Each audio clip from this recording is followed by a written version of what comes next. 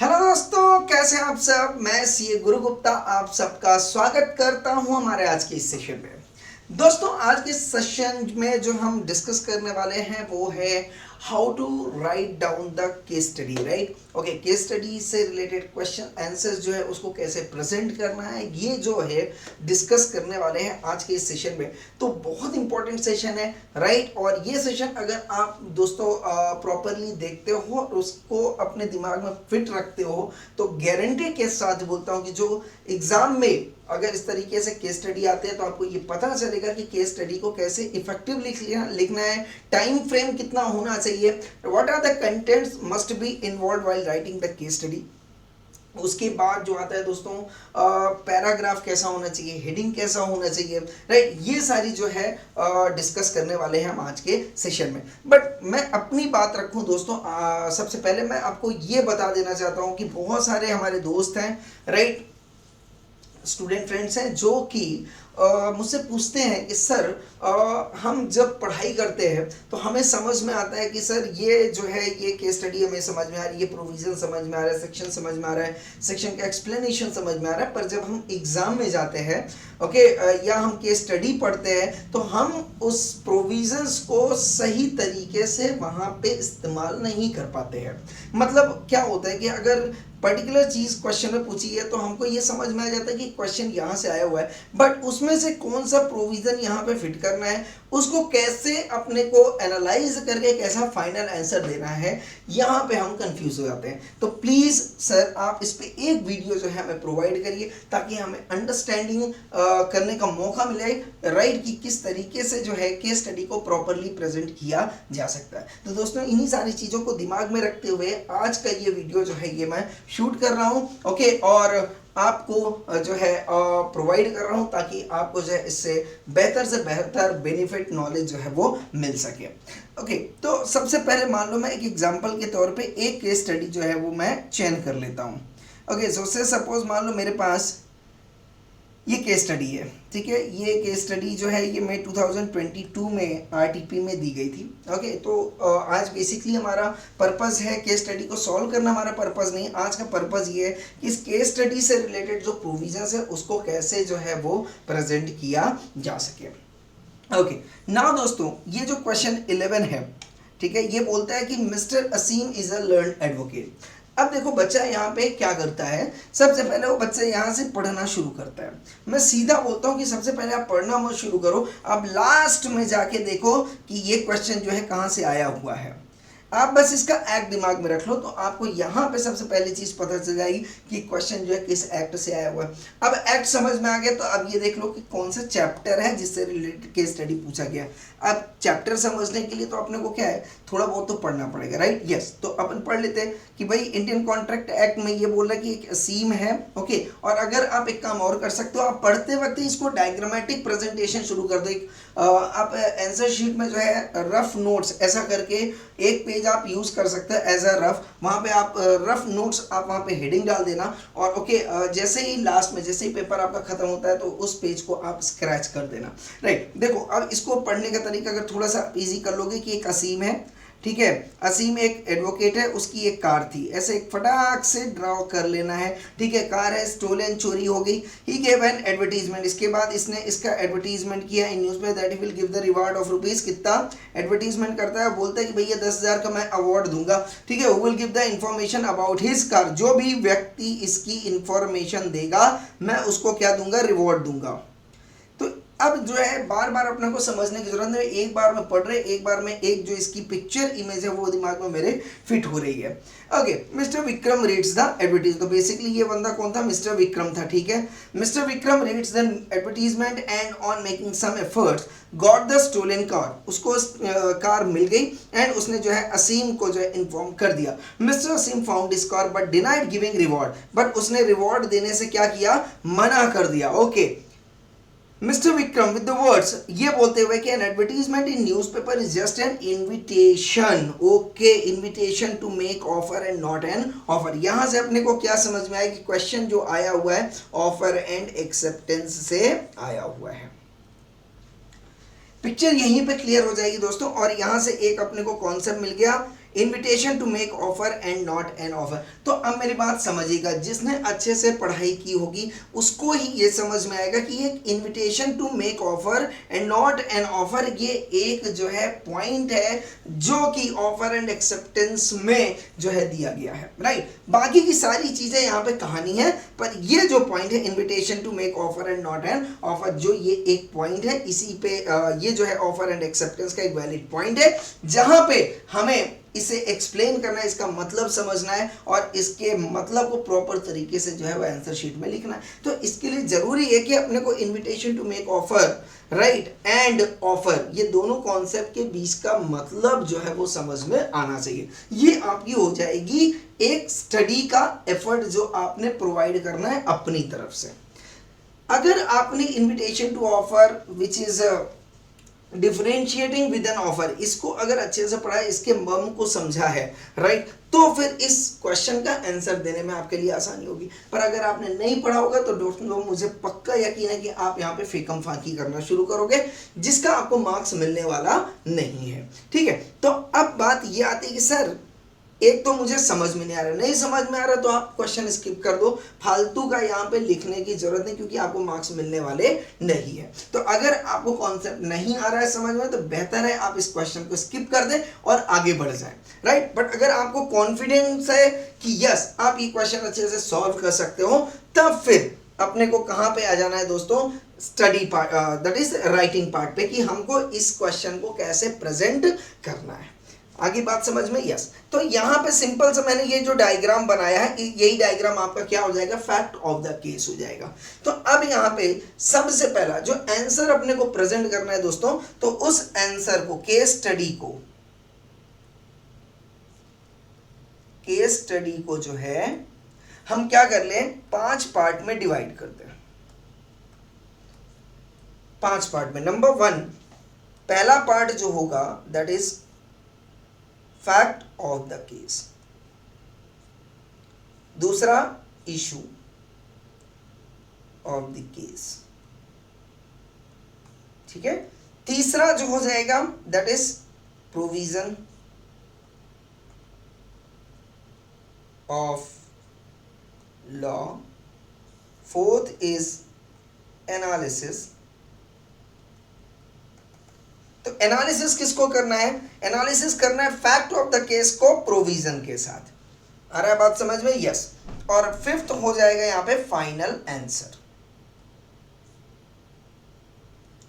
Yes और no, yes. तो जो अब बात आती है, ये 5 चीजें समझ में आ गई क्या, यस, ये 5 चीजें समझ में आ गई। सर मेरे को आप ये बताओ इस पे लिखना क्या है, राइट, अपने को इस पे जो है लिखना क्या है सर, वो बताओ मेरे को। ओके बेटा आ जाओ। नाउ पहला आते हैं हम, that is fact of the case पे।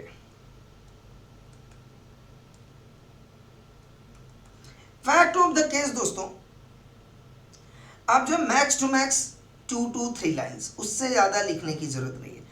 तो जो आपने कहानी पढ़ी अभी, राइट, उसको आप यहाँ पे प्रेजेंट करो, सिंपल, यहाँ पे कोई दिमाग नहीं लगाना, ये क्वेश्चन का पार्ट है जो आपको एज इट इज लिख देना है।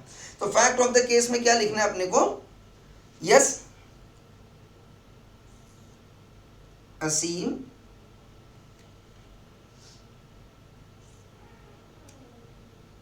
as given an advertisement to newspaper। अब देखिए उसी क्वेश्चन को मैं 2 या 3 लाइन में कैसे लिख रहा हूं, newspaper that his car has stolen and the person who will give information about his stolen car a reward of rupees कितना था, 10,000 था, yes, 10,000 will be provided. Vikram found stolen car, कोई बात नहीं, 4 लाइन में हो गया तो कोई दिक्कत नहीं है। Stolen car and provide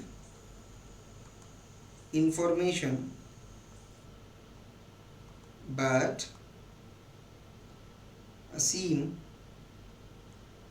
refused to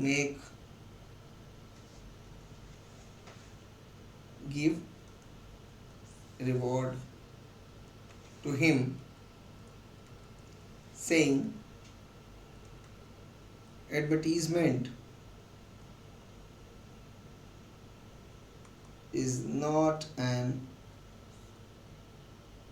offer, advertisement is not an offer. ठीक है, तो यहाँ पे क्या है, ठीक है, 5 लाइन, कितनी है, 5 लाइन है, यस, बट आप अगर अपनी नोट्स में लिखोगे that is 3 to 4 line, that is more than sufficient. Okay, issue of the case,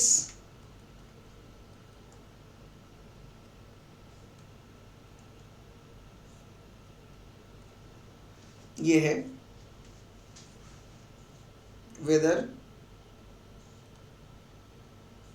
public announcement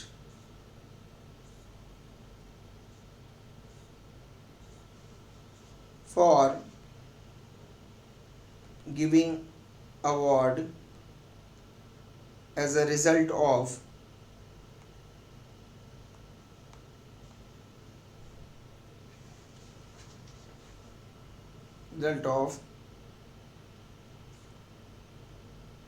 performance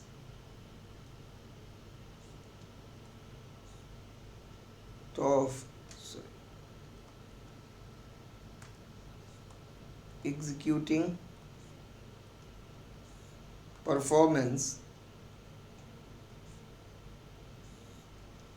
public announcement for giving award as a result of executing performance is an offer or an invitation to offer। सी, यहां तक के लिए ये जो point 1 and point 2 जो मैंने लिखा है दोस्तों, यहां तक के लिए अब समझिएगा, कोई भी प्रोविजन अप्लाई करने की जरूरत नहीं है। जो क्वेश्चन में पूछा गया है उसको आपने एज इट इज लिख देना है, दिमाग अपने को यहां पे लगाना है। अब प्रोविजन ऑफ लॉ पे, राइट, यस,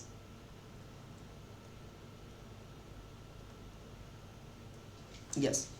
अब जब बात आती है प्रोविजन ऑफ लॉ, राइट, तो अब यहां से आप अपना दिमाग लगाइए कि क्या करना है। सबसे पहले तो आप ये पकड़िए कि जो फैक्ट ऑफ द केस है, इसका जो इंटेंशन है ये किस लॉ के प्रोविजन से लिया गया है, राइट, यस। तो प्रोविजन ऑफ लॉ यहां पे बोलता है अकॉर्डिंग टू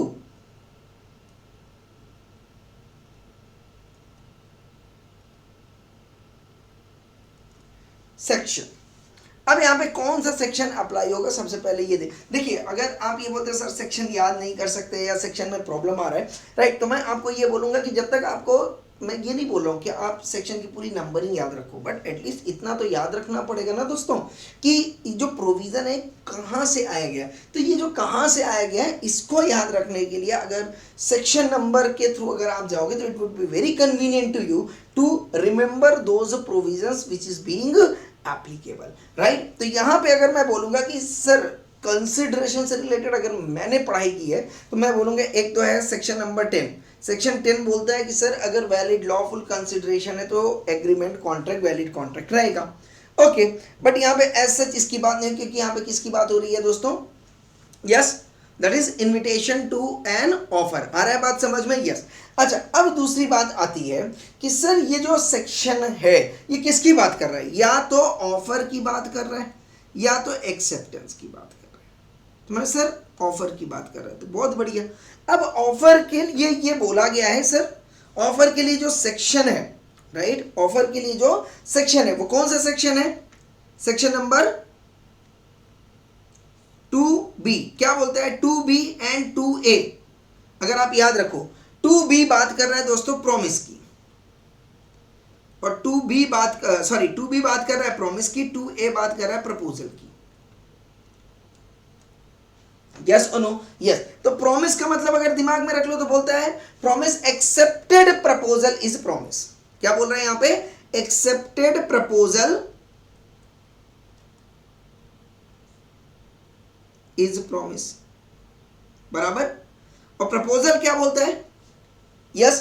तो ये देखिए टू बी यहां पे प्रॉमिस बोल रहे हैं, जब तक प्रपोजल एक्सेप्ट नहीं हो जाता प्रॉमिस। तो यहां पे एक्सेप्टेंस की बात हो रही है कि नहीं? जब एक्सेप्टेंस की बात नहीं हो रही तो यहां पे टू बी भी अप्लाइड नहीं होगा। अब बचता है हमारे पास टू ए प्रपोजल। प्रपोजल बोलता है when one signifies to another his willingness to do और नॉट टू डू। याद आ रहा है या नहीं आ रहा है? यस। तो ऑफर जो प्रपोजल है वो किसकी बात कर रहे हैं यहां पे? When one person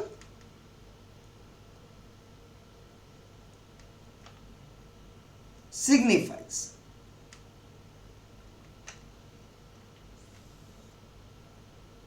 his intention to do or not to do, yes or no?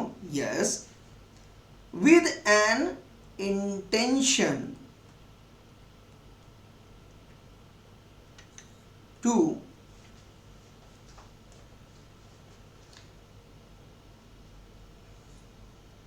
give his assent। यही है? yes, when one person signifies his intention to do or not to do with an intention to accept the assent of promise, this is what called as offer। Simple सा ये बोला। और जब इसके साथ offer के साथ एक रूल भी हमने आपको पढ़ाया था, बस इतना ही याद रखना है यहाँ पे। रूल, जब आप रूल में आते हो तो यहाँ पे बोलता है कि जब आप ऑफर देने की बात कर रहे हो तो राइट वहां पे क्या होना चाहिए? With in intention to obtain the assent of the promisee.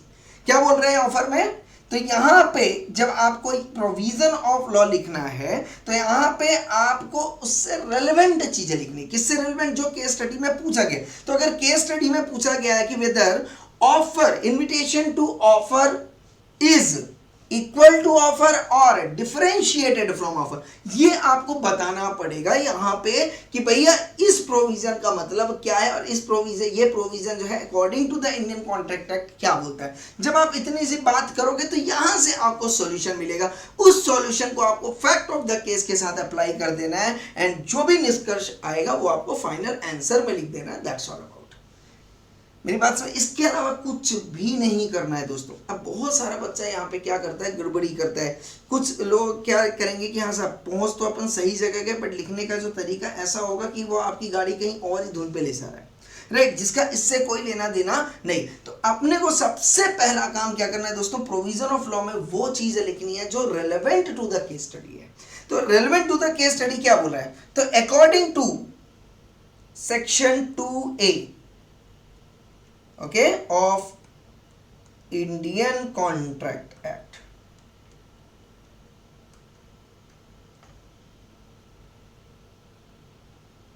okay, 1872 and rules regarding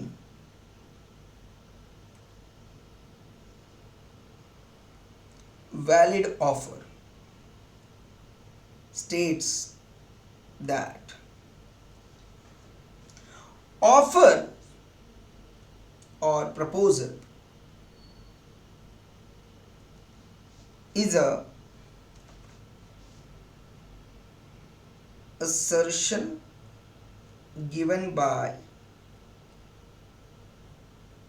promisor to promisee along with the view to obtain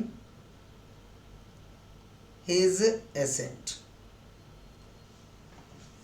okay।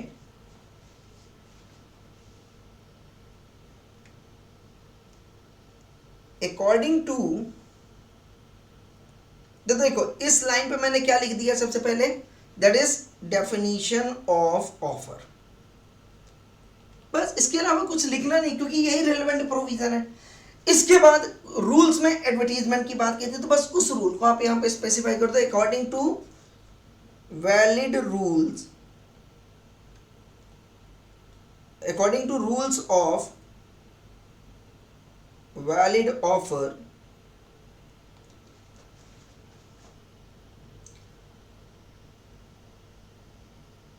an invitation to offer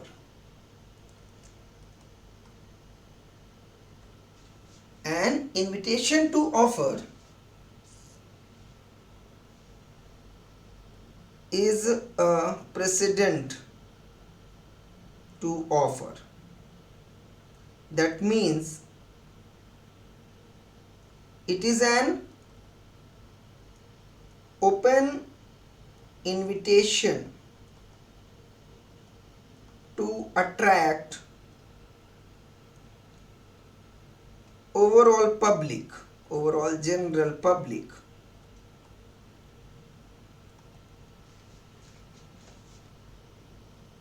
towards the subject matter of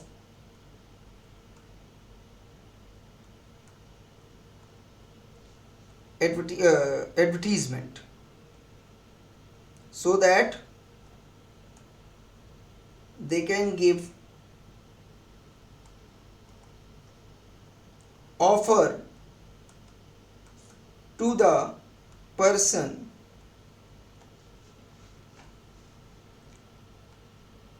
inviting offers to the public.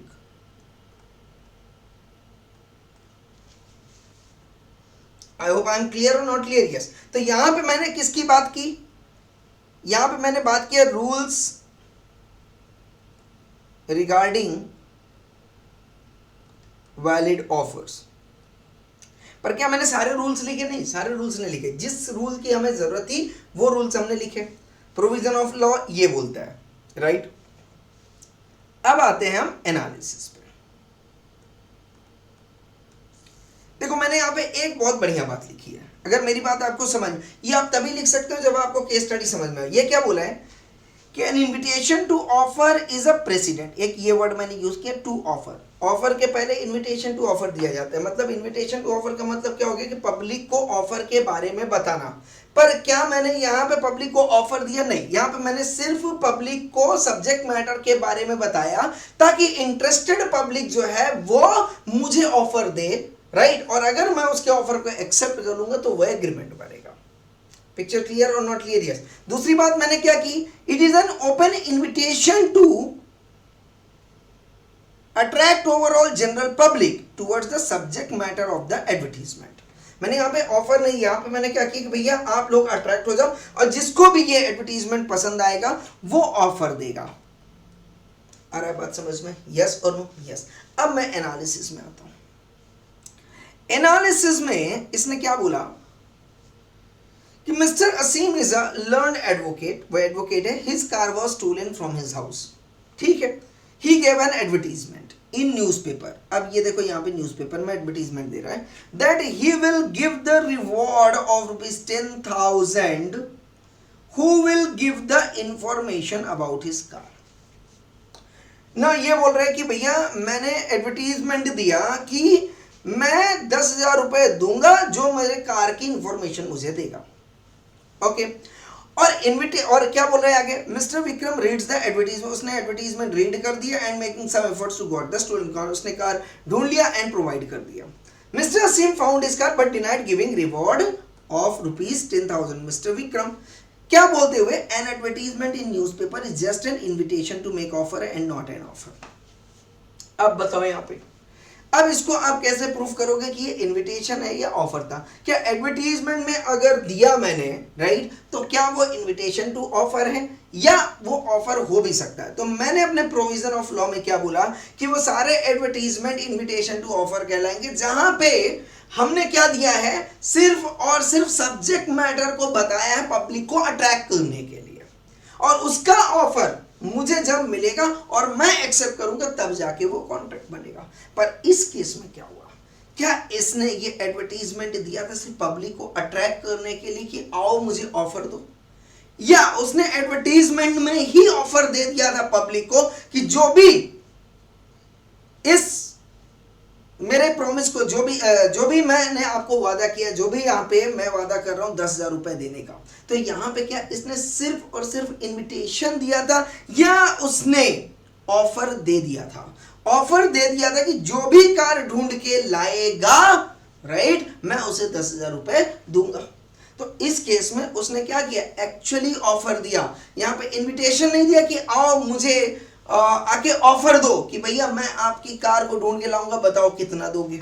ऐसा नहीं हुआ। उसने क्या बोला advertisement में, जो भी ढूंढ के लाएगा मैं उसको पेमेंट करूंगा। मतलब इसने ऑफर, मैं मानता हूं कि किसी इंडिविजुअल को नहीं दिया है, पर क्या इसने पूरी जनरल पब्लिक को ओपन ऑफर दे दिया है। यस, इसने जनरल पब्लिक को ओपन ऑफर दे दिया है। मतलब यहां पे क्या किया, when one person signifies his intention to do और not to do, दोनों भी चीजें है ना। इंटेंशन दे रहा है ना कि भैया ये मेरा इंटेंशन है कि जो भी ये ढूंढ के लाएगा करेगा, मैं उसे कुछ ना कुछ जो है वो रिवॉर्ड देने वाला हूं। मतलब मैं क्या दे रहा हूं, वहां पे ऑफर दे रहा हूं। ऑफर के साथ साथ मैं क्या दे रहा हूं, with a view to obtain his assent. मतलब मैं बोल रहा हूं इंप्लाइड असेंट में भी दे रहा हूं कि जो कोई भी ढूंढ के लाएगा तो फिर मैं ये प्रॉमिस करता हूं कि मैं 10,000 रुपए उसको दूंगा। तो यहां पे ये क्या कर रहा है दोस्तों, ऑफर दे रहा है, ना कि पब्लिक को इनवाइट कर रहा है कि आप आके ऑफर दो। क्लियर है या नहीं क्लियर? इतनी पिक्चर क्लियर होगी? यस। तो यहां पे अगर आप देखेंगे प्रोविजन ऑफ लॉ के हिसाब से एनालिसिस लेता हूं। अब एनालिसिस मैंने क्या बोला था कि जो भी फैक्ट ऑफ द केस में दिया है उसको प्रोविजन के हिसाब से आप जोड़ दो। तो यहां पे क्या एनालिसिस लेना है दोस्तों, since in the given case mister Asim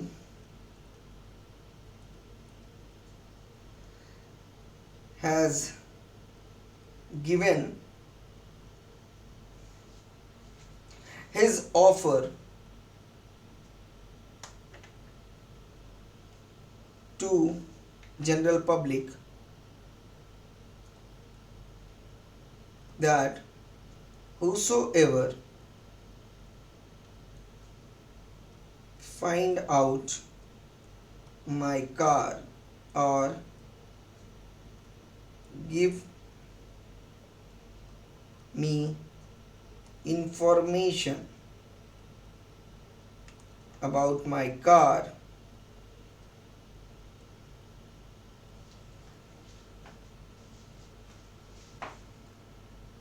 since in the given case Mr. Asim has given his offer to general public that whosoever find out car or provide information about his car, okay, then he will give a reward of rupees 10,000।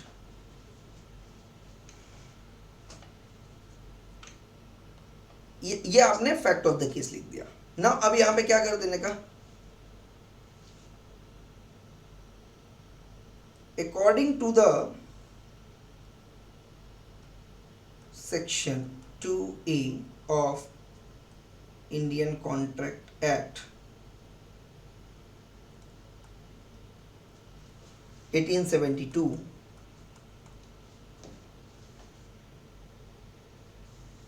that proposal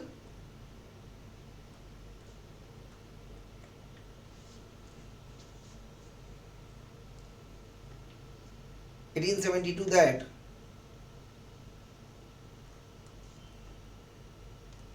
it will become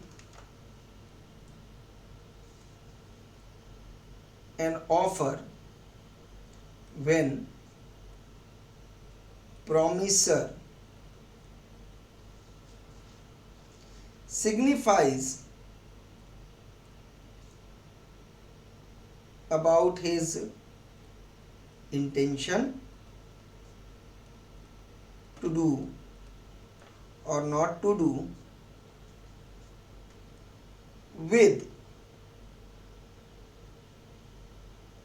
intention to obtain the assent of other is a clear cut offer, है ना? Yes no? तो offer यहां पे क्या दो चीजें बोल रहा है, यस और no? Yes.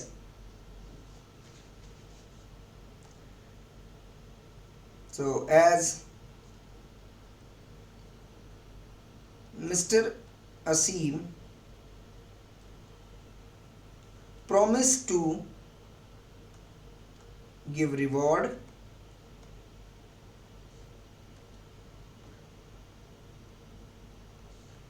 against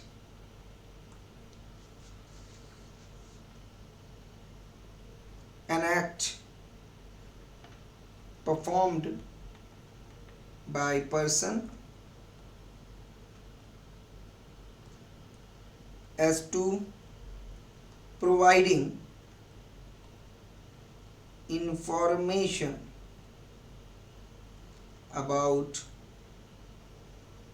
his lost car. As Mr. Singh promised to give reward against an act performed by a person as to providing information about his lost car, it is not an invitation to offer but an offer. So section number 5 आ जाए, sorry point number 5 आ जाएगा final answer.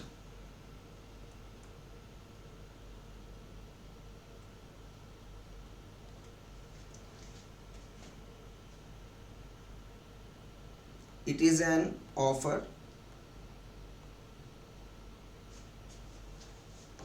provided by Mr. Asim to general public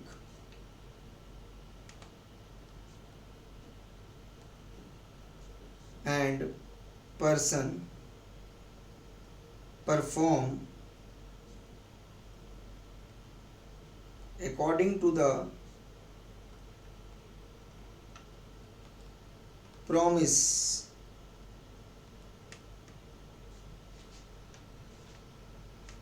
promiser according to the promise demanded by promiser is acceptance, implied acceptance, you can say implied acceptance of promise and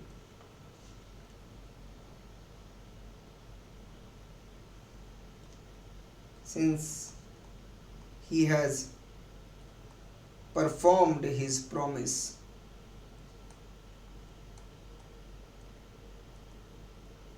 he is eligible for rupees 10,000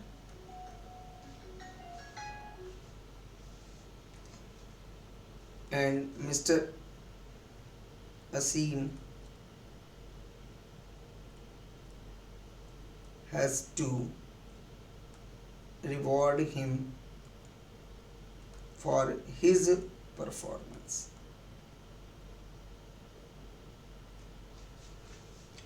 This would be your answer. Fact of the case, issue of the case, provision of law, analysis, final answer. Clear or not clear? Yes. ये जो आप काम करोगे दोस्तों, ये तभी possible होएगा जब आप बेहतर तरीके से जो है लॉ की आपने स्टडी की होगी। अगर आपने लॉ की स्टडी प्रॉपर तरीके से नहीं की है, राइट, तो यहाँ पे जो आंसर है वो इधर उधर भाग सकते हैं, राइट, और आप जहाँ पे पहुँचना चाहते हो वो आपको लगेगा कि आप पहुँच गए हो, पर आपने एक्चुअल में वहाँ पे आप पहुँच नहीं पाओगे। तो जब तक आपको क्लियर कट कॉन्फिडेंस नहीं आएगा प्रोविजन का, तब तक थोड़ा सा जो है इधर उधर आप जो है वो भागते रहेंगे, राइट। तो फोकस अपने को यही करना है कि केस स्टडी को समझना है, केस स्टडी से रिलेटेड सारी चीज़ों को अंडरस्टैंड करते हुए प्रोविजन को ड्राफ्ट करना है, राइट। एनालिसिस लेना है एंड देन फाइनल आंसर दे देना है, राइट। तो ये जो फाइनल आंसर है हार्डली 1 या 2 लाइन का है, राइट। क्योंकि जगह यहाँ पे कम है तो ठीक है, 2 3 कितना 5 लाइन हमने लिखा है, इसको आप 2 या 3 लाइन में आप कवर कर सकते हैं। तो सिंपल सा आप इसको ऐसे भी लिख सकते हैं, it is an offer, right, provided by mister Asim to general public and yes, it is an offer provided by Mr. Asim to general public and person performed according to promise demanded by promiser। तो इसको आप नहीं भी लिखोगे तो आप इतना भी लिखोगे तो चलेगा कि it is an offer provided by Mr. Asim to general public, okay, and since, हाँ यहाँ से आप ऐसे भी लिख सकते हो, and since promisee has performed his promise he is eligible for ₹10,000। बस इतना भी लिख दिया तो चलेगा, राइट। क्लियर है या नहीं क्लियर? यस। तो it is an offer provided by mister Asim to general public and since promisee has performed, that is Vikram has performed his promise, he is eligible for ₹10,000। I hope I am clear with this. Yes. तो इसी तरीके से जो है आपको case study, उसका provisions, right, if possible आप section भी कोट कर सकते हैं, इसके थ्रू जो है ये प्रॉपर आप कंप्लीट करेंगे। इसी तरीके से आप सारे केस स्टडी करेंगे दोस्त, तो हो सकता है, देखिए जब आप पहली केस स्टडी सॉल्व करिए, राइट, तो उसको आप बेहतरीन तरीके से करिए, उसमें कोई दिक्कत नहीं। बट जैसे जैसे आपको लगता है कि टाइम कम पड़ रहा है तो आप वहाँ पे थोड़ा सा श्रिंक करके भी या थोड़ा सा समरी फॉर्म में भी लिख देंगे तो that would be more than sufficient. इसका मतलब ये नहीं कि आपको पूरा मार्क्स मिल जाएगा, बट अगर थोड़ा बहुत मार्क्स कटता भी है, मेरी बात समझिएगा, लॉजिक ऐसा है कि आप सपोज मान लो 6 मार्क्स के क्वेश्चन है, 6 मार्क्स के क्वेश्चन है और आपको इसको 7 मिनट में कंप्लीट करना है, ठीक है। तो पहले क्वेश्चन को आप बेहतरीन तरीके से लिखो, 7 मिनट की जगह आप 8-9 मिनट भी लेते हो चलेगा, बट आपने इसको पहला क्वेश्चन आप वही लिखो जहां पे आप फुल कॉन्फिडेंट हो। इसके बाद अब चूंकि आपने इसमें यहाँ पे मान लो 10 मिनट ले लिए, टोटल आपके पास कितने मिनट है दोस्तों? 28 मिनट है। तो अब बचा आपके पास रिमेनिंग 18 मिनट, क्योंकि 10 तो आपने यहाँ पे ले लिया, राइट। तो अब आप इसको क्या करो, चलो इसको भी सेकंड वाला है, इसको भी आप कितना ले लो, 10 मिनट आपने इस पे भी लगा दिए। तो सपोज ये 6 मार्क्स का आपने कवर कर लिया, ठीक है, 10 मिनट आपने इसमें लगाया, 10 मिनट आपने इस पे लगाया, तो आपको इसमें से कितना मार्क्स मिलेगा? इसमें से मैक्स टू मैक्स आपने बहुत बढ़िया लिखा होगा तो 5 मार्क्स मिल जाएंगे। अब आप सोचो कि 20 मिनट में आपने कितने मार्क का कवर किया? 10 मिनट का। तो अगर मैं बोलता हूं अब आपके पास कितने मार्क्स मिनट बचे दोस्तों? 8 मिनट बचे। तो आप यहाँ पे 4 मिनट यहाँ पे दे दो, 4 मिनट यहाँ पे दे दो, और इसमें से अब आपको अगर 4 मार्क्स इधर भी 4 मार्क्स इधर भी मिलते हैं या 3 मार्क्स भी मिलते हैं, तो आपको टोटल कितने मार्क्स मिले दोस्तों? 7 मार्क्स। मतलब इस 4 मार्क को इस 4 मिनट को आपने अगर इस क्वेश्चन में यूज कर लिया तो आपको एक्स्ट्रा 3 मार्क मिल गए। अगर आपने यही 4 मार्क्स यहाँ 4 मिनट यहाँ पे यूज कर लिया तो आपको मैक्स टू मैक्स कितना मार्क्स मिलता? 6 मार्क का तो क्वेश्चन ही था। आ रहा है बात समझ में? यस। तो यहाँ पे आपको मैक्स टू मैक्स कितना मिल जाता है? 1 मार्क। मतलब आप यहाँ पे कितना लूज कर जाते? 2 मार्क। इसलिए मैं बोलता हूँ कि कंटेंट के साथ साथ टाइम भी इंपॉर्टेंट है। तो अगर आप ये 10-10 मिनट ना लगा के 7 मिनट पे कोशिश करो कि 7 मिनट में अगर आप चारों क्वेश्चन कवर कर लो, राइट, तो आपको 6 मतलब अगर 24 मार्क का है तो आपको 20 मार्क कम से कम मिल जाना चाहिए, राइट। तो अपने को यहाँ पे समय भी बचाना है दोस्तों, ताकि अपन बेहतर से बेहतर तरीके से कम टाइम पे सारे के सारे क्वेश्चन अटेम्प्ट कर सके। अगर आप एक ही क्वेश्चन पे टाइम लगा दोगे तो आपको ज़्यादा मार्क्स नहीं मिलना है, उसमें से 1 या 2 मार्क एक्स्ट्रा मिल जाएगा, बस इतना ही होगा, राइट। बट अगर आप चलो मान लो आपने परफेक्शन नहीं भी दिया किसी क्वेश्चन पर, आप सारे क्वेश्चन अटेम्प्ट कर रहे हो, तो भले ही आपको 1-1 मार्क एक्स्ट्रा कट रहा है, बट आप सोचो कि उस 1 मार्क आपको 1 मार्क इसमें एक्स्ट्रा मान लो कट गया, पर आपने ये क्वेश्चन भी तो अटेम्प्ट कर लिया, ये क्वेश्चन अटेम्प्ट कर लिया, ये क्वेश्चन अटेम्प्ट कर लिया, तो आपको मान लो अगर पूरा फोकस आप यहाँ पे देते हैं तो वैसे भी आपको 3 या 4 मार्क मिल ही जाते, है ना। अब आपने बहुत ज्यादा मेहनत कर ली तो आपको 5 मार्क मिल गए, तो कितने मार्क की बढ़ोतरी हुई? 2 मार्क की। पर ये जो आपने एक्स्ट्रा 5-6 मिनट आपने यहाँ पे यूज किया तो आपने कितना मार्क्स इधर लूज कर दिया दोस्तों? 5 मार्क। मेरी बात समझ में आ रही है? तो बहुत ज्यादा परफेक्शन के पीछे भी नहीं भागना है, कोई दिक्कत नहीं है, जितना कम से कम समय में, राइट। और कम से कम समय कब पॉसिबल होगा? जब आपको सेक्शंस दिमाग में फिट होंगे, उसका एग्जैक्ट प्रोविजन दिमाग में फिट होगा, कोई दिक्कत नहीं, एग्जैक्ट प्रोविजन दिमाग में फिट हो गया और आपने एनालिसिस करके उसका आंसर ड्राफ्ट कर दिया, that would be more than sufficient. कुछ नहीं करना है। आ रहा है पिक्चर क्लियर है, not clear? Yes. Fact of the case को आप 2-3 लाइन में लिख लो। Okay, issue of the case को एक लाइन में खत्म कर दो। क्योंकि ये पहला मैं आज आपको समझा रहा था तो थोड़ा सा मैंने एक्सप्लेनेशन किया, बट बीइंग अ स्टूडेंट अगर मैं एग्जाम में जाऊंगा तो मैं अपनी धुन में आंसर लिखूंगा, मैं अपनी धुन में फैक्ट ऑफ द केस, मैं अपनी धुन में इशू ऑफ द केस। यहाँ पे चूंकि आपको समझा रहा हूँ तो मैं चाह रहा हूँ कि यहाँ पे कोई भी पॉइंट मिस ना हो, इसलिए मैं कवर कर। पर जब मैं एग्जाम में देने बैठा हूँ, एग्जाम देने बैठा हूँ दोस्तों, तो मेरे को अगर 1-2 मार्क्स में इधर उधर 1-2 पॉइंट नहीं भी लिखे तो कोई दिक्कत नहीं, बट मेन पॉइंट जो अगर मैंने लिखा है तो मेरे को मार्क्स मिलेगा। तो अब यहाँ पे जितना मैं एक्सप्लेन कर रहा हूँ तो यहाँ पे जरूरी नहीं है, अगर मैं आराम से यहाँ पे बैठ लिखूंगा, आपको नहीं बता रहा हूँ, मैं एग्जाम में बैठा हूँ, खाली बैठा हूँ, तो मैं अपने आप में वो पॉइंट्स लिखूंगा जो मुझे लग रहा है कि रेलेवेंट है, बाकी का मैं छोड़ दूंगा। उससे क्या होएगा कि ठीक है चल भाई 6 मार्क का है तो मेरे को 5 नहीं देगा, 4 तो देगा, 4 तो देगा, 1 मार्क जाने दे, कोई दिक्कत नहीं। पर ये जो मैंने टाइम बचा लिया ये मैं उधर 5 मार्क्स में एडजस्ट कर लूंगा। और अगर आप इस स्मार्टनेस के साथ आप अपना पेपर सॉल्व करोगे दोस्तों, 100% बोलता हूँ एग्जामिनेशन के ऊपर आने वाले हो। हाँ, पर कब? जब आपका प्रोविजन क्लियर है, सेक्शंस क्लियर है, सेक्शंस के जो, और इसके बाद दूसरा, पहला तो प्रोविजन क्लियर, दूसरा सेक्शन क्लियर है, इसके साथ आपकी राइटिंग स्किल बढ़िया है कि कम से कम शब्दों में आप उसको एक्सप्लेन कर सको। क्लियर? यस। तो इसी के साथ दोस्तों आगे बढ़ना है।